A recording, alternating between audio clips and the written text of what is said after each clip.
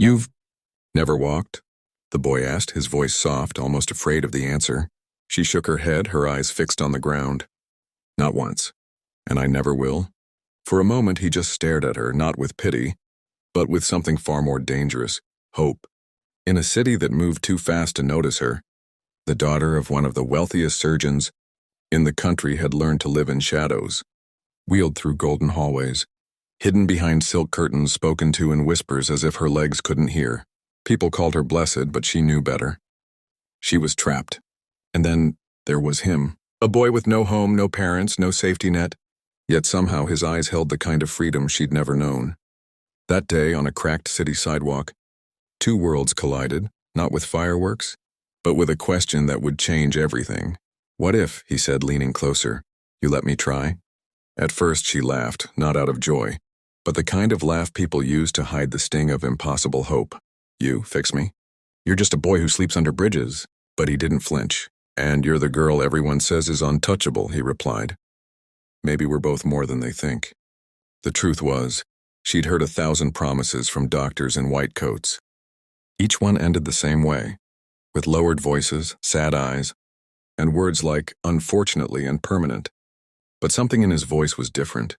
There was no science, no statistics, just certainty. That night she lay awake in her golden bedroom, her mind replaying his words over and over. What if you let me try? Somewhere in the cold, under a torn blanket, the boy stared up at the stars.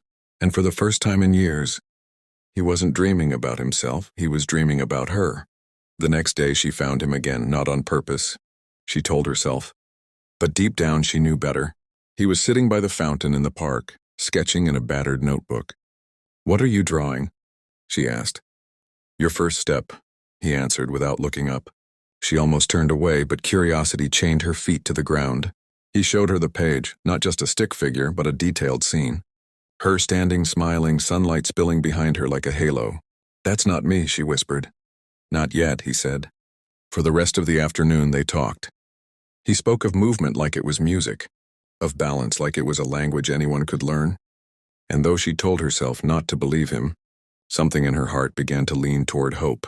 But in the shadows, a truth neither of them knew, was already moving toward them, and it could end this dream before it began. You think you can fix me? She asked, half smiling, half afraid of the answer. Not fix you, he said. Show you what's already inside you. The boy stood, walked to the center of the park's worn basketball court, and tapped the cracked pavement with his shoe. Here, he said. This is where it starts. She laughed. On a broken court? That's the point, he replied. If you can stand here, you can stand anywhere. From his backpack, he pulled out something unexpected. Not medical equipment, not some expensive device. Just a pair of worn sneakers, the soles nearly gone, but laced with care. These carried me through the hardest days of my life, he said quietly. Now they're yours. And tomorrow, we take the first step. She stared at them, her heart pounding. This wasn't how her story was supposed to go. But for the first time, she wanted to turn the page. All right, he said softly. Feet flat, back straight. Don't think about falling, think about moving forward. The world felt impossibly still. The wind paused. Even the chatter of the park faded. She gripped the armrests of her chair, knuckles white. Her father's voice echoed in her mind. All the times he said it was too risky, too dangerous. But right now that voice wasn't louder than the boy's steady encouragement. You're stronger than you think, he said. 1, 2, 3. She pushed. Her legs trembled violently as if the ground were fighting her. Sweat dotted her forehead. Pain lanced through her muscles, but she clenched her jaw and kept going. For the briefest second, she was up. Then, a sudden crash.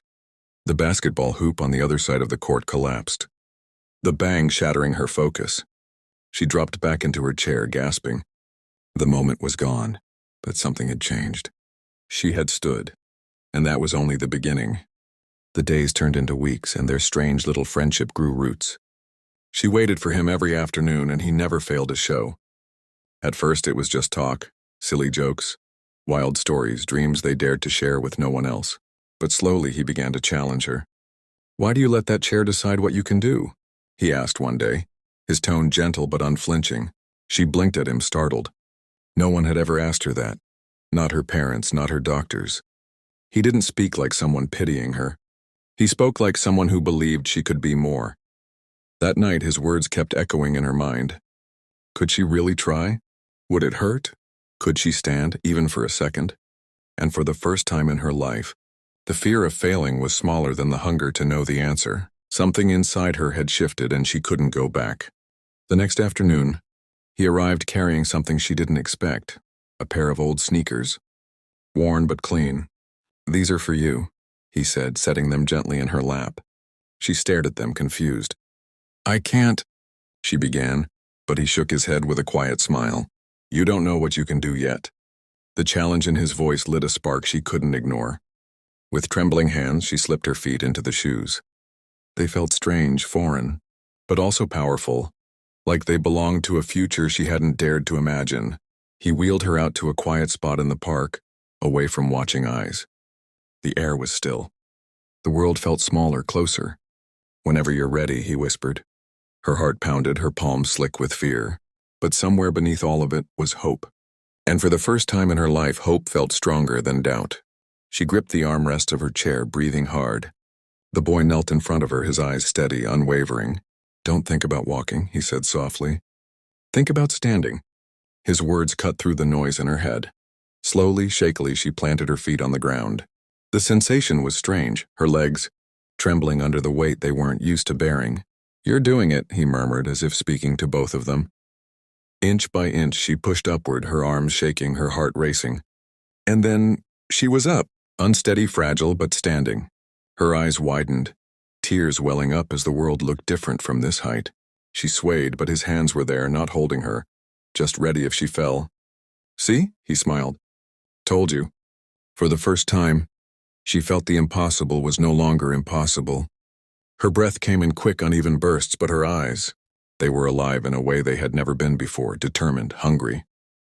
"One step," the boy urged, his voice gentle but unshakable, as if he could already see the future she didn't dare believe in. She bit her lip, eyes locked on the ground in front of her, legs trembling like they had never been asked to carry her. Slowly, she shifted her weight forward. The first step was small, almost nothing, but it was hers. She gasped, the shock of it rippling through her body.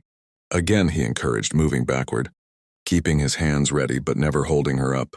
Step by step, the gap grew between her and the wheelchair that had defined her life. The air seemed to thicken, charged with something unspoken. Every muscle screamed, her knees wobbled, and she nearly fell in, but his calm, steady voice pulled her back. "Don't stop now. You've come too far." And then, defying every prediction, every whisper of doubt, she took another step. And another. The room faded away until it was just her heartbeat, and the road she had been told she'd never walk. By the time she reached the boy, tears were streaming down her cheeks, not from pain, but from something far deeper. Freedom. She had crossed a distance no doctor had ever thought possible. He smiled, not with pride for himself, but for her, because he knew this was only the beginning. "See," he said softly, "you were never broken." She shook her head, overwhelmed, and laughed. Through the tears, a sound, so pure it seemed to erase every year of struggle. Her parents stood frozen, hands over their mouths, watching a miracle they never imagined would happen in their lifetime. The boy stepped aside, letting her take those final few steps alone. And she did. Stronger now, taller, more certain with each one. When she finally stopped, the room erupted, or cheers, applause, cries of disbelief. But she wasn't listening. She was looking at the boy, the one who believed when no one else did. And in that moment she realized, sometimes the people who change your life forever come from the places you least expect.